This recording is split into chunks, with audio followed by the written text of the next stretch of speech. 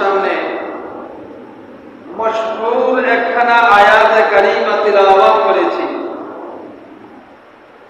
একখানা মশহুর হাদিস আপনাদের সামনে তিলাওয়াত করেছি।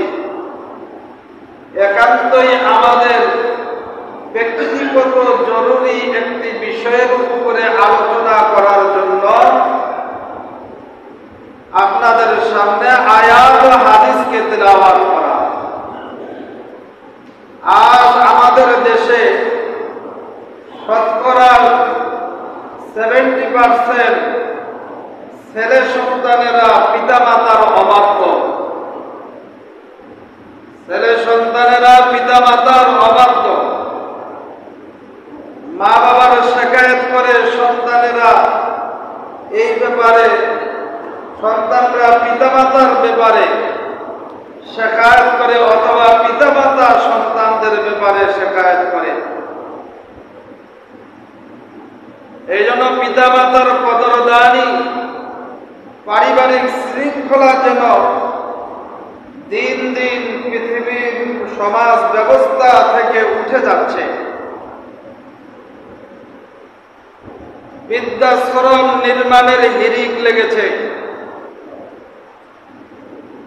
সরকারি বাজেটে বুড়া বুড়ি বৃদ্ধদেরকে বসবাসের জন্য ব্যবস্থা করা হচ্ছে। কারণ আমাদের মালিক মহান রব্বুল আলামিন, মহান রব্বুল আলামিনের একটা ফয়সালা হলো আমরা মৃত্যু পর্যন্ত আল্লাহ রাব্বুল আলামিনের গোলামি করব, আল্লাহ তাআলার ইবাদত করব। এটাই আমাদের মালিক আল্লাহ রাব্বুল আলামিনের চূড়ান্ত ফয়সালা।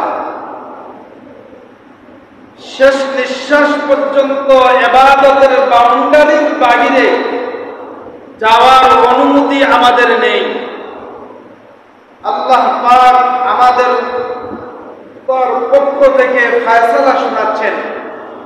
কোরআনে কারীমের মধ্যে আমি যে আয়াত আপনাদের সামনে তিলাওয়াত করেছি, এই আয়াতের মধ্যে আল্লাহ তাআলা রব্বুল আলামিনের ফয়সালা আমাদেরকে শোনায় দিচ্ছেন। ওয়াকাযা রাব্বুকা আল্লা তা'বুদু ইল্লা ইয়্যাহু ওয়া বিল ওয়ালিদাইনি ইহসানা। তোমরা আল্লাহ তাআলার নির্দেশ, তোমাদের প্রতি আল্লাহ রাব্বুল আলামিনের নির্দেশ দিয়েছেন যে তাকে ছাড়া অন্য কারো ইবাদত করবা না, আর পিতামাতার সাথে সৎ ব্যবহার করো, সুন্দর আচরণ করো। আল্লাহ তাআলার এই দুইটি ফয়সালা শুধুমাত্র আল্লাহ রাব্বুল আলামিনের গোলামি আমরা করব, আল্লাহ ছাড়া আমরা আর কারো গোলামি করব না। আমরা আমাদের জীবনে আল্লাহ রাব্বুল আলামিনের একটি নির্দেশও অমান্য করব না। আল্লাহ রাব্বুল আলামিন যেটা নিষেধ করেছেন এমন কোন কাজ আমরা করব না। আর আল্লাহ তাআলা যা আদেশ করেছেন, প্রত্যেকটা আদেশ, প্রত্যেকটা নির্দেশ আমরা মেনে চলব জীবনের শেষ নিঃশ্বাস পর্যন্ত। জীবনের শেষ নিঃশ্বাস পর্যন্ত আল্লাহ রাব্বুল আলামিনের গোলামির রঙে রঙিন হব, আল্লাহ রাব্বুল আলামিনের গোলামের রঙে রঙিন হয়ে সজ্জিত হব। এটাই আল্লাহ রাব্বুল আলামিনের ফয়সালা। তবে আল্লাহ রাব্বুল আলামিনের আরেকটি ফয়সালা হলো যে আমাদের শেষ নিঃশ্বাস পর্যন্ত আমরা মা বাবার সঙ্গে সুন্দর আচরণ করব, ভালো আচরণ করব, ভালো ব্যবহার করব। তাহলে আল্লাহ রাব্বুল আলামিনের একটা নির্দেশ হলো শেষ নিঃশ্বাস পর্যন্ত আল্লাহর গোলামি করা, আল্লাহর সমস্ত আদেশ মেনে চলা, আল্লাহর গোলামির রঙে রঙিন হয়ে নিজেকে সজ্জিত করা। আর আল্লাহ তাআলার 2 নম্বর ফয়সালা হলো আমাদের জীবনের শেষ নিঃশ্বাস পর্যন্ত ওয়াবিল ওয়ালিদাইন পিতামাতার সাথে ইহসানা সুন্দর আচরণ করব, ভালো আচরণ করব, ভালো ব্যবহার করব। এটা শেষ নিঃশ্বাস পর্যন্ত করতে হবে।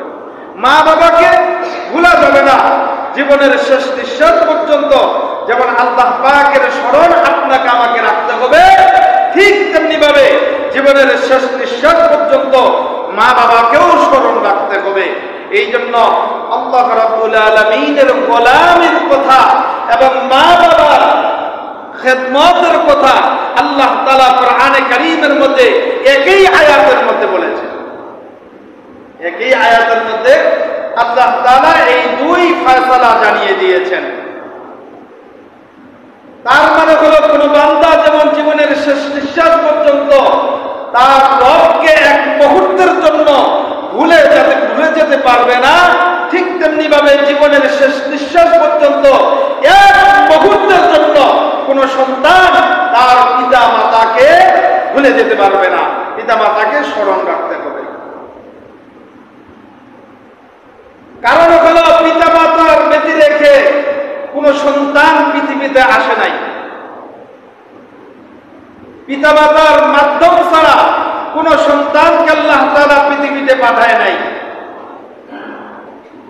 তবে ঈসা আলাইহিস সালাতু ওয়াস সালামকে আল্লাহ রাব্বুল আলামিন তার বিশেষ কুদরতি ইশারায় সৃষ্টি করেছেন। আম্মা হাওয়া আলাইহিস সালাতু ওয়াস সালামকে আল্লাহ তাআলা তার কুদরত দ্বারা সৃষ্টি করেছেন।